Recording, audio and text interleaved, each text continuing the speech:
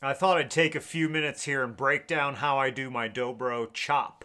The chop is a muted sound that you can make to emulate the sound of a mandolin chop or a backbeat snare drum.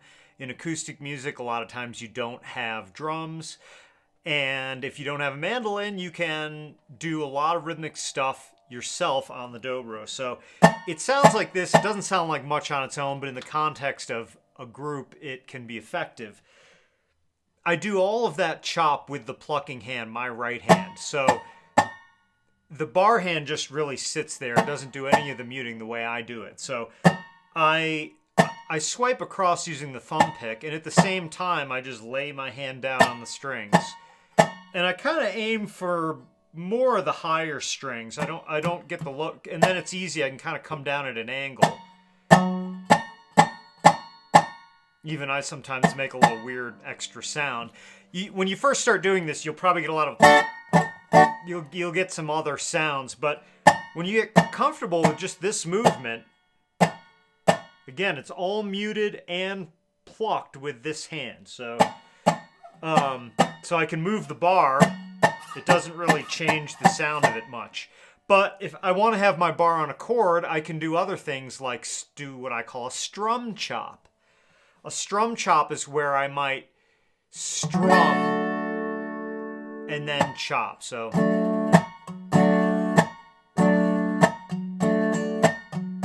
I can add little bits of rhythm in between and strums with my thumb pick. This is all just the thumb.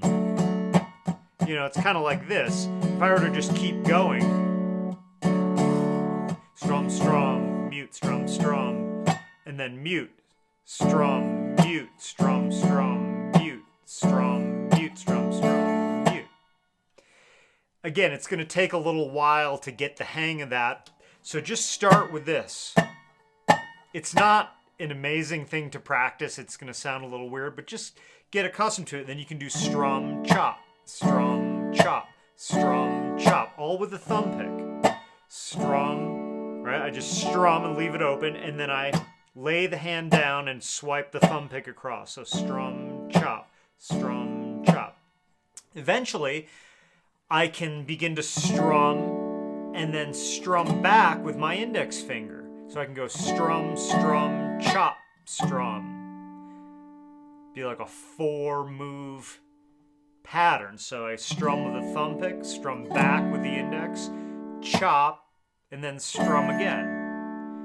So it's this motion. I could start with just strum, strum, strum, strum, strum, strum, thumb, index, but on the third one I chop. Strum, strum, chop, strum, strum, strum, chop, strum.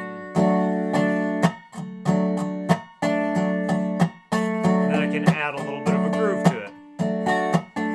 And eventually, I can add a lot of different effects.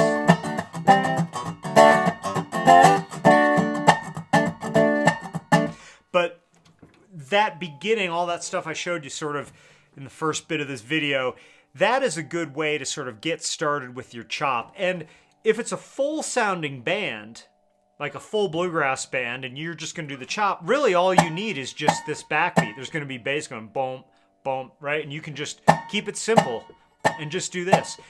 In smaller groups, a lot of times I'll add more of the strumming to fill out the sound. So if it was just me and a guitar or me and bass, I'm going to